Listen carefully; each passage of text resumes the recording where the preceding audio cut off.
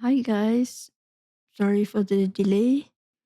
Finally got to upload a new episode. Because of the court hearing last Friday, I couldn't upload a new episode at the time. So today I want to talk about crazy housemate situation and how, like, even if you do everything right, like background check, you still can't avoid it completely, and how the law does not protect you. So to start off, I have to tell you a short summary of what happened. So my two housemates, we'll call one of them R and T. They have a special relationship because R and T work for the same company where R is T manager. So T is his subordinate and T is sort of a little bit afraid of R. So they seem like fine gentlemen when I showed them the place. And then I did a background check and they come back clean. So I thought it would be fine. Now, before we move further into the story, I'm going to say this, okay? That regardless of gender, when people turn out to be who they're not to be and they harass you and they get physical with you, it does not matter if it's a man or a woman. So in case somebody's gonna, you know, say something about like, oh, see, that's because you let two men into your house. I have female who get crazy at me, who get physical at me before. So we're not going there, or you can if you want to be sexist, but you know, it's always not about sex. And I have other housemates that live in the house too. So it's not only these two men.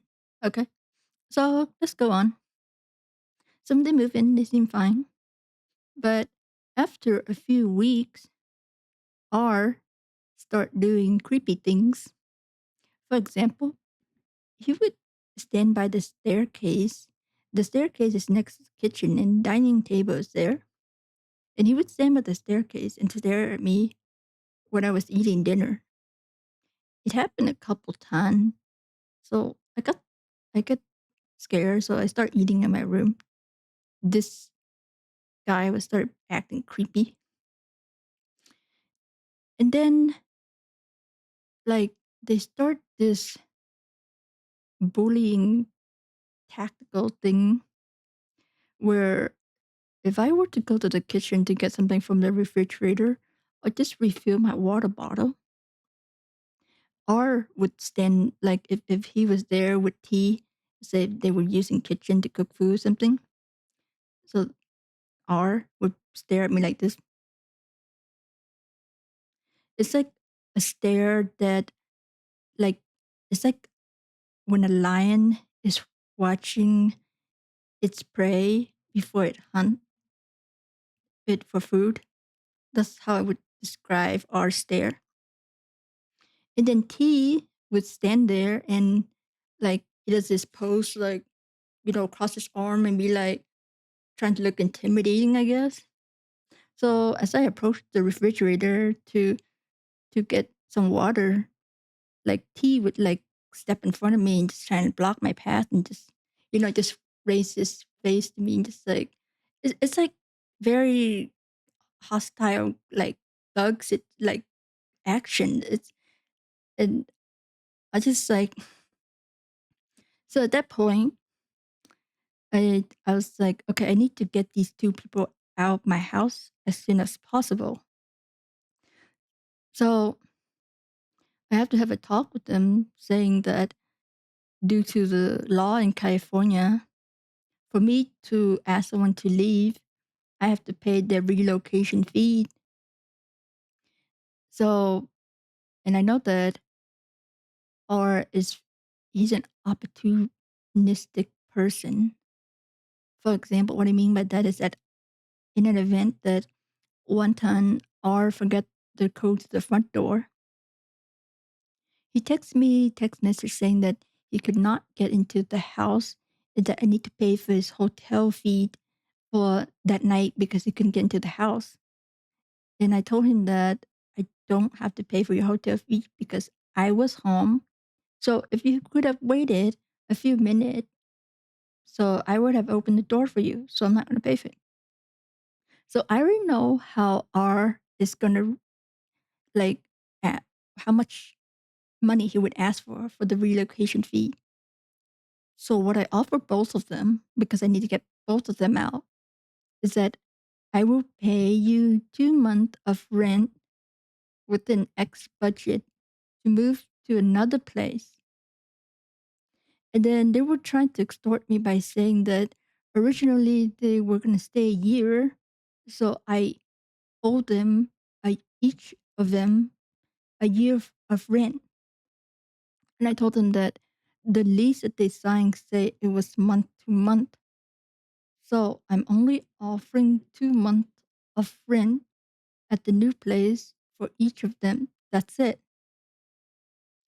And then they refused. So, at that point, I didn't know what to do. So I just was contacting like eviction lawyer to see what other way I can do to get them out. And then so one day R said that he like he can't find his key. And then he texts me, he say like, check the camera footage, where's my key? So like at that time I didn't know the camera stopped working because I don't check it often. Like, I just don't feel the need to do that every time there's like nothing happened most of the time. So just so I didn't know when it stopped working. So all I see was like a black screen when I view the footage.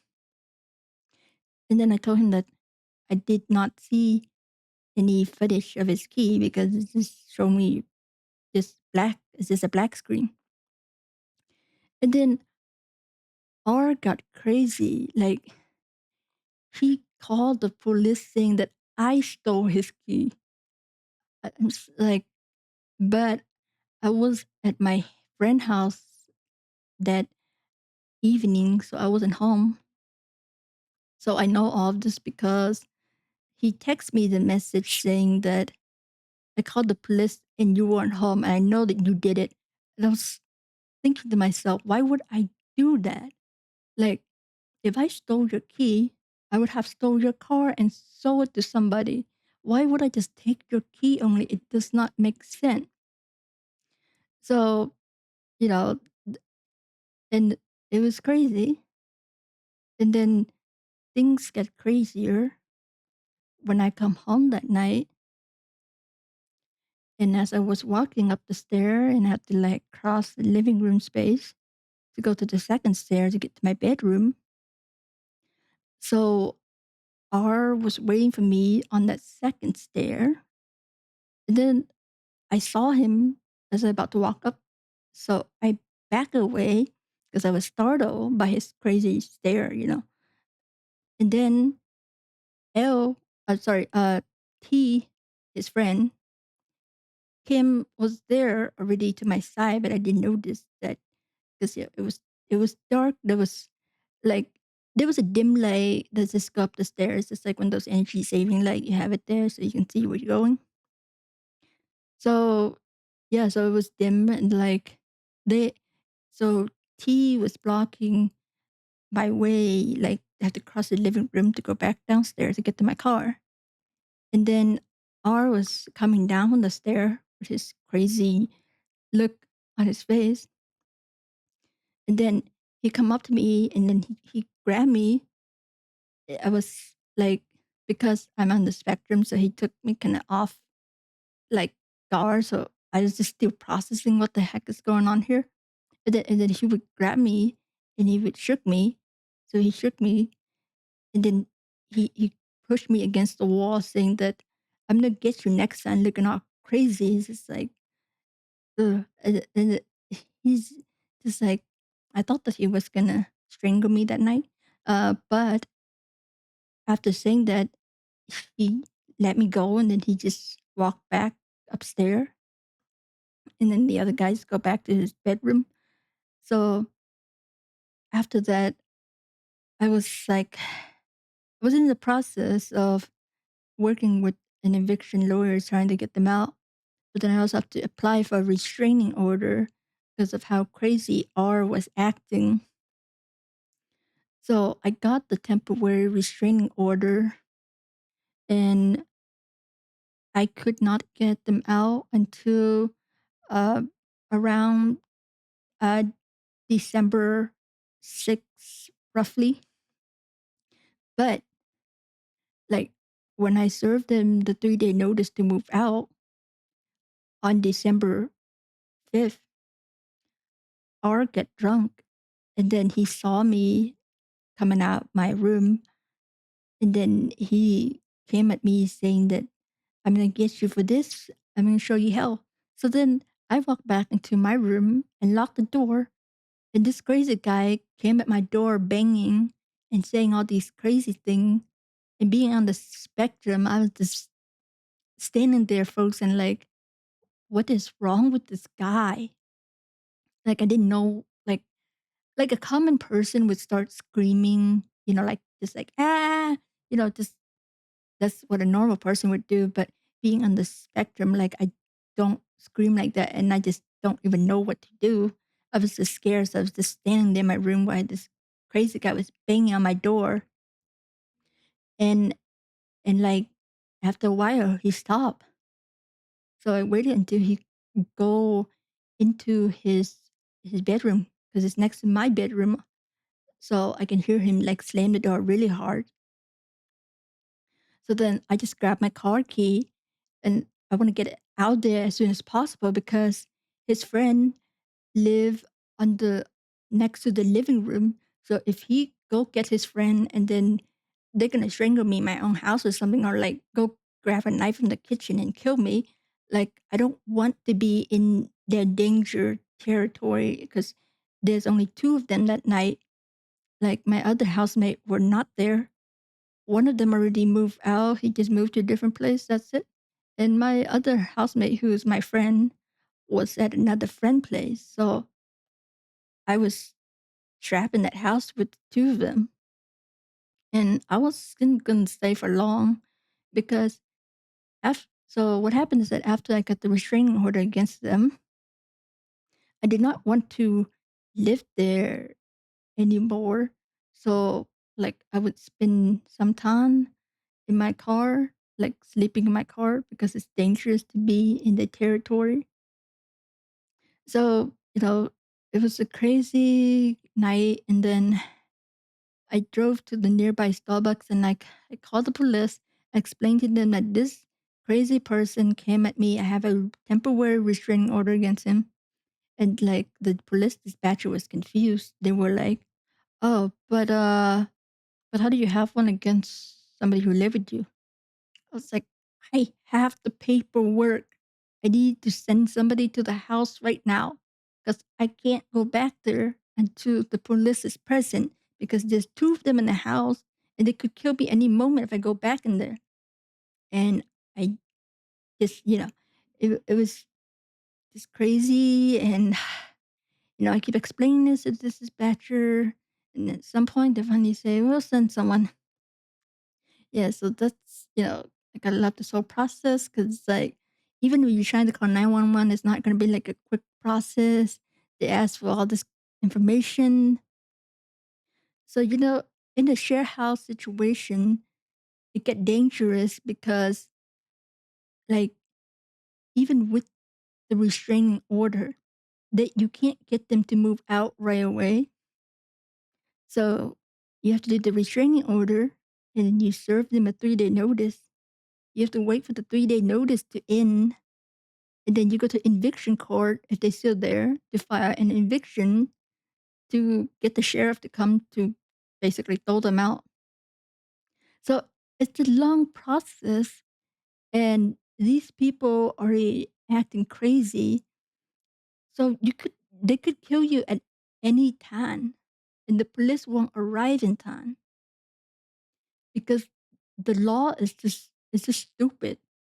If somebody is being violent against you and you have a temporary restraining order against them, you should be able to get them out as soon as possible. And I'm not lying about that you're being in danger because a few years ago, I was living at an apartment with some friends. And then we have this one guy, he was one of our housemate. And one day he went crazy. So I heard from one of the people I used to live with that his friend gave him LSD. So so he went crazy and then he grabbed my friend and it was start to choke him. So this this guy was like 6 foot tall or something. So like just imagine LeBron James size. So he would raise my friend who is my size, like around 5'3" ish. Like so it was grabbing this guy, just like stroking him. Like his face was turning red. He's struggling to tell me and the other people that were there to call 911, but we were trying to call 911 already. And like it was a dangerous situation. And so on that night, the police did arrive, and 4 police officers had to pin that guy down onto the floor to do the arrest. But the following day, this guy who was choking my friend the night before that was released back into our apartment. And we were like, what the heck? How did he get released so fast? So like we called the police and then like they transferred us to the place where they arrested him that other night. And then they said that like he got out on bail, he had tenant right to be there. So best we can do is to go to court to get a restraining order for now, and then we have to do the eviction process to get him out. And I was telling my friend, like, this is a horrible process. If he go crazy again and strangle you, and then he's gonna go strangle me and everybody else in this apartment, like there's no guarantee that a second time the police will make it on time. This is why restraining order is garbage. It's like you might just as well not get it because even you have it, you can't make the person leave right away. You still have to go through the eviction process. So it's gonna take a while and you could die before then, you know. This it's like, okay. So back to the present.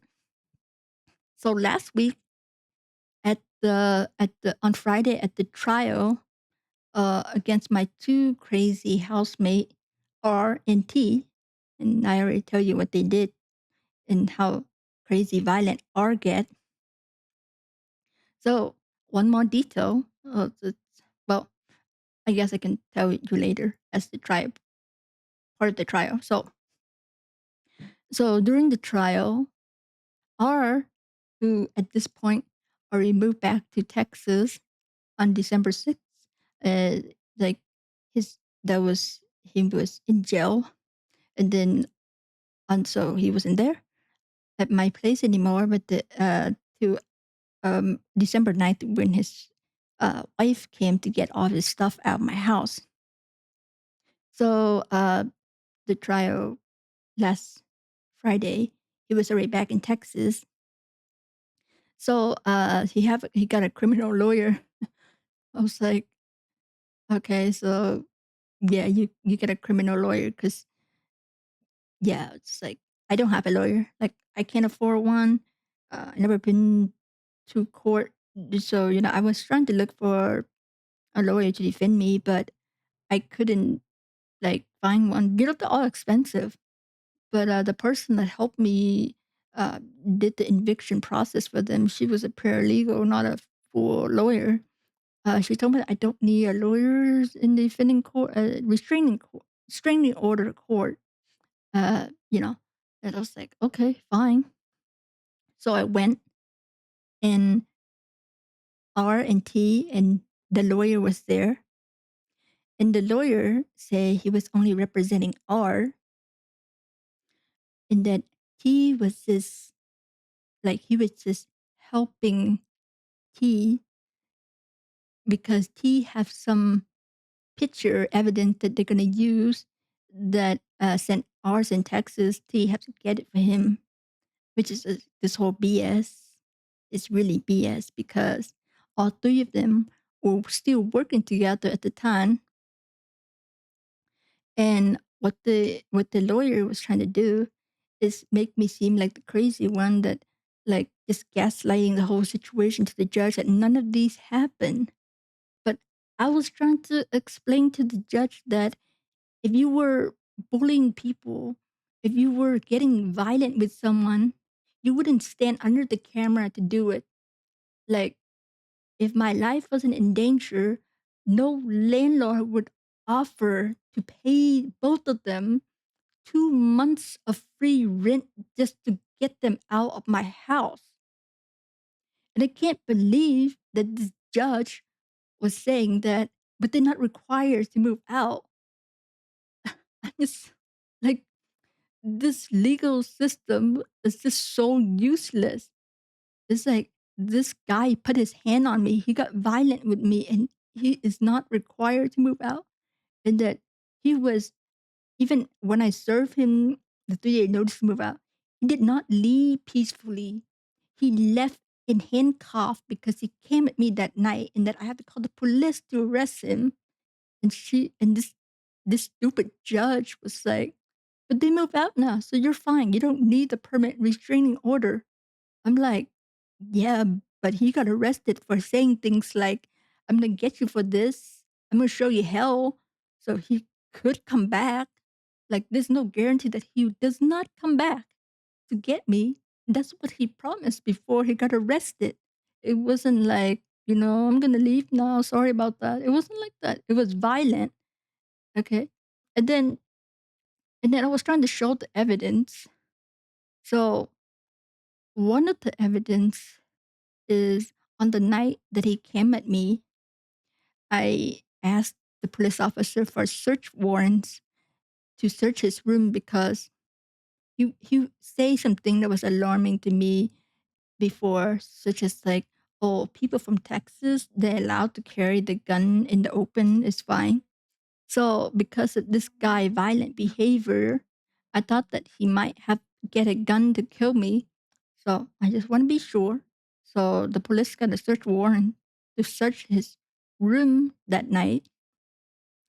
Luckily, they did not find a gun, but what they found was a sex doll under his bed. So that's explain his creepy behavior, why he was stalking me and why he does not want to leave when I offered to pay him. Is because he does not want some move to a new place with a 50-year-old landlord. So just to give you some context, a sex doll is a lifeless object. And my friend who studies psychology, she told me that what it means is that he sees somebody young and naive like me as just an object. Like, he doesn't have to respect me. He didn't respect me at all. He was terrorizing me. He was doing all these things to me just to show that he was in control and that he's the powerful person, even though I am his landlord and it's my home. So, I was trying to tell the judge this, that I tried to pay them before to move out. They did not move out. This man was stalking me, doing all this creepy behavior. And that this doll explained why he was hyperly fixated on staying at my place. And she was like, yeah, but people go to this hobby. It's like, yeah, but that stalking behavior, it is part of his weird fetish of having control over somebody. But like, I would be disturbed if I find that under somebody bad, and it makes sense where there's where predators stalking behavior come from. So she did not take that evidence and everything else I say about how my life was in danger seriously. She just said that they moved out, it's done now. End of court hearing. Great. It's like it's just it take me that much trouble to get people who are acted violent against me out of my own home. The law enforcer does not protect you. The judge does not protect you. You cannot trust the legal process to protect you because it does not protect you. And it have proven to me from past incident and this most recent incident that the law does not protect you from crazy housemate, and you do not know if someone is crazy until you live with them. You know, his also another point is that his lawyer was trying to like twist things and just saying like, "Oh, but they're white collar IT professional. How could they done all these things?" It's like, okay, dude, you're discriminating. I have white collar people arrest before because just because they're white collar doesn't mean that they're not crazy. So and then you know like even if you have camera, like I don't have a fancy 2000 4K camera system. It was just some basic stuff that I found on Amazon, and I don't know when they stopped working. But even that, it's like I said, if people are being violent against you, they would not stand under the camera to do that. Just because there's no video footage does not mean that they're innocent. But his lawyer was trying to use it against me, you know. And I was like, okay, Bob, I'm sorry, I don't have money to spend on a fancy camera system, but they're bullies, so they wouldn't do this standing under the camera. It's obvious. It's just like these these these people. They like okay, so big deal. This lawyer get him out of this town, whatever. But still, like the judge was so blind that these three had this all pre-planned, and that they just come to court to put this up to like gaslight people and just like mainly the judge and like he was trying to twist like you know somebody myself who's on the spectrum. It's very hard to see through these lawyer like tactic because it's their job to twist every single thing you say in court and use it against you. So I feel like it was not a fair trial and that the three of them planned this beforehand, but the judge didn't want to wait until like they can get an affordable to some low income program. She's just like, "Oh, I want to get this over with today because I have to try the next person, and she need this because she have a child." Blah blah blah. So it's like, okay, fine, well, but it wasn't fair play. So the legal the legal system does not protect you, especially people who are on the spectrum who are not good. Like if you go up against that lawyer, he's like the slimy type that's just like help out wealthy client. Like it's not one of those lawyers that work for free to help low income people. So to get out the system, like through the law, you just need a good lawyer to get you out of trouble. That's all. Like it's an unfair system, and that I was being cornered by these three people in court, and the judge was so blind not to see that. So, sorry, back to the point is that you most likely can't win against violent people who have money in court. Also, so add that to the list of that the law doesn't protect you as long as someone have a really good lawyer and they can afford to pay that lawyer. And that the system, like they don't understand people who are on the spectrum and how they respond because they they keep asking me like, "Why don't you report it right away?" I was trying to tell them that first of all, my neurodivergent brain, like, it takes a while for me to even like whenever something violent happen against me, I just frozen. Like I don't scream. I just stand there and freeze. And second, because of my PTSD, that I saw somebody choking somebody and they were released pretty quick the following day. I don't have faith in the system. These people are already crazy. So if I call the police and they get arrested and then they get released, somebody's already angry at you and shove you against the wall. If they get released, they're gonna go and choke you, kill you, get a knife and kill you. They don't even have to get a freaking gun. There's so many things around the house, and there's two of them there. So there's other ways for them to kill me besides getting a gun. It's just like I don't get like people don't ask for restraining order if they don't feel their life is in danger. Like how can a judge be that blind to not see the danger that I was in? So that's how my trial ended. I didn't get the permanent restraining order. So the lesson here is that always have you always have to protect yourself. Don't depend on the law, not the police, not the judge, because criminal can get away with things as long as they can afford a good lawyer. So you know, and one more thing is that even though you screen people, it does not guarantee that they are who they say they are.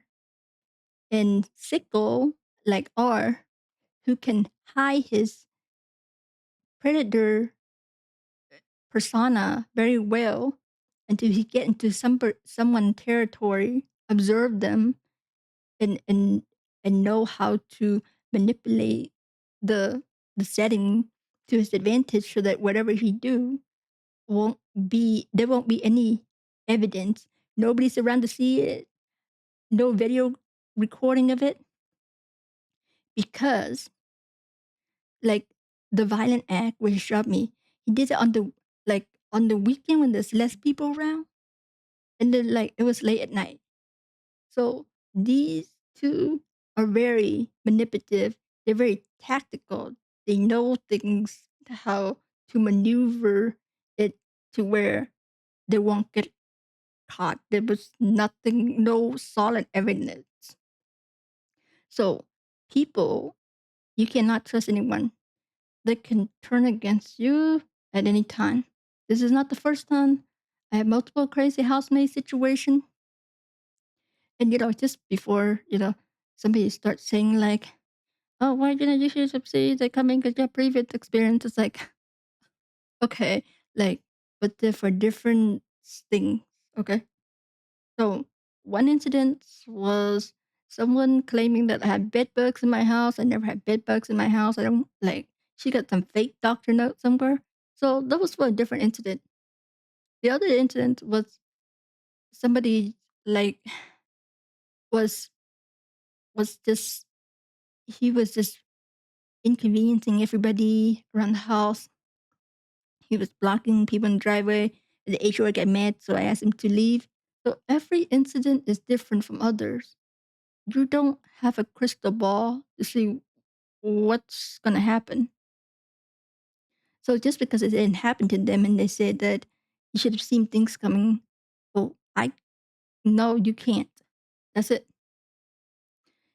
And that, just know, like try to take some form of martial art. Don't depend on the camera all the time because technology can fail you, especially if you can't afford fancy 4K camera with 24 hours surveillance, paying for ADT or something to watch your house all the time. I don't have that kind of money. I live in the hood.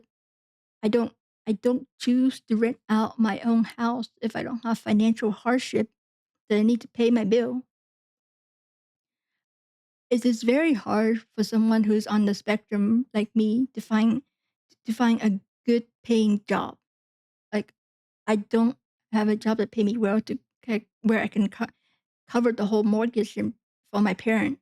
Like, this is our family home. We both work low income job to pay our bills, and there's other expenses that come with this. It's not just the mortgage. There's insurance, property tax, etc. It's expensive. We don't choose to rent out room in our house just to be like greedy and be like, oh, we want some extra money. It's not that. Like when people think about landlord, they're like, oh, you just about the money. No, it's not. I'm not that type of landlord. I only own this family home. I don't have any other property. So, you know, like people can say things to you when they're not in your situation. Just ignore them. They don't have the crystal ball to see these things coming. And you should, take some martial art class or learn how to use a gun, save yourself. So, just to say about this, okay? Gun violence is a separate like topic. It does not have anything to do with self-protection. You just have to detach that. Some people use gun for bad reason. Some people use gun for self-protection. If somebody come in your house to rob you and they have a gun, you should have a gun to protect yourself. You just need to shoot somewhere that doesn't fatally wound them to where they die in the spot. Like you can learn how to aim to shoot the kneecap so that they get on the floor to and then just to stall them and then grab their gun and wait until the police come. So having a gun and learning how to use it is not always a bad thing. It's for self protection. Also, on the note, before you shoot, just make sure you record yourself saying that you send them a warning saying, I have a gun in your hand, and shoot a warning shot to the ceiling. This is what my friend told me, and she used to be in the Navy. So, but for me, that's just too expensive. It's expensive to get a gun. So, I'm gonna go sign up for some uh, martial art class like Krav Maga, Judo. I'm still looking to do some research on that because I do not want two people ganging up on me again. Like clearly the system does not protect me, and that I'm tired of this depending on this system, and that I don't have like just. It's not like I need to rent out room in the house to help my parent financially. I can't just stop doing it because then, with the foreclosure at home, so the situation is just gonna continue. It's an ongoing, like, sometimes you get good people, sometimes you get bad people. You don't know who you're just gonna get. So always, like, think of ways to protect yourself. You always have your key ready. If you feel like you're in danger, just drive far away. Sleep in your car, you have to. It's uncomfortable, but it's better than being where those dangerous people are. You can't get them out right away. So, sorry for the long episode, but that's what happened, and that's how the trial went. So, always stay vigilant. Always look out for yourself. The law does not protect you because those bad people that live with you can possibly kill you before you even get them out of your house. And house sharing is common in California because everything is so expensive. So it's not optional for me and my family just to live like comfortably in our own house. We have mortgage to pay. We have bills, other bills that come along with it. So, if you're in a situation, in a house sharing situation or college dormitory housemate, just renting an apartment, there's always a danger of that. And you're not going to be able to live with your friends all the time. There's a lot of people out here that find people on Craigslist, on websites like Hotpad, Spare Room. So you never know. And also, like, if you are on the spectrum and you don't have a normal reaction, like screaming like, "Ah, the judge is not gonna believe you, that your life was in danger," because you're like, "I just stand there and my brain was frozen." Like, they don't understand that you're on the spectrum and you don't react like normal people. So, just say that that's why. If people don't want to believe you, that's fine. Some people are not trained to understand how neurodivergent people react to dangerous situation. They just look for a common cue, especially the police and the judge. They're very stereotypical. So you're not going to get them to believe you all the time, but you can only do your best to present what happened and how to describe how dangerous the situation was. Um, yeah, so those are the things that I would um I learned from this, and that, like, I hope it helped other people who are in my situation because you know life is unpredicted, and even if you do everything correct, like screening people, you still can't tell who they really are until you live with them. Okay, you never trust anyone because you don't know them until you live with them. And this is true in housemate situation, in relationship, and anything else that you do in life. Okay. So thank you for listening to this long episode. Finally got one long episode up. And see you next time. I'll try to get up. I try to have a consistent schedule from now on. Now that my schedule is opened up a little bit. So see you next time.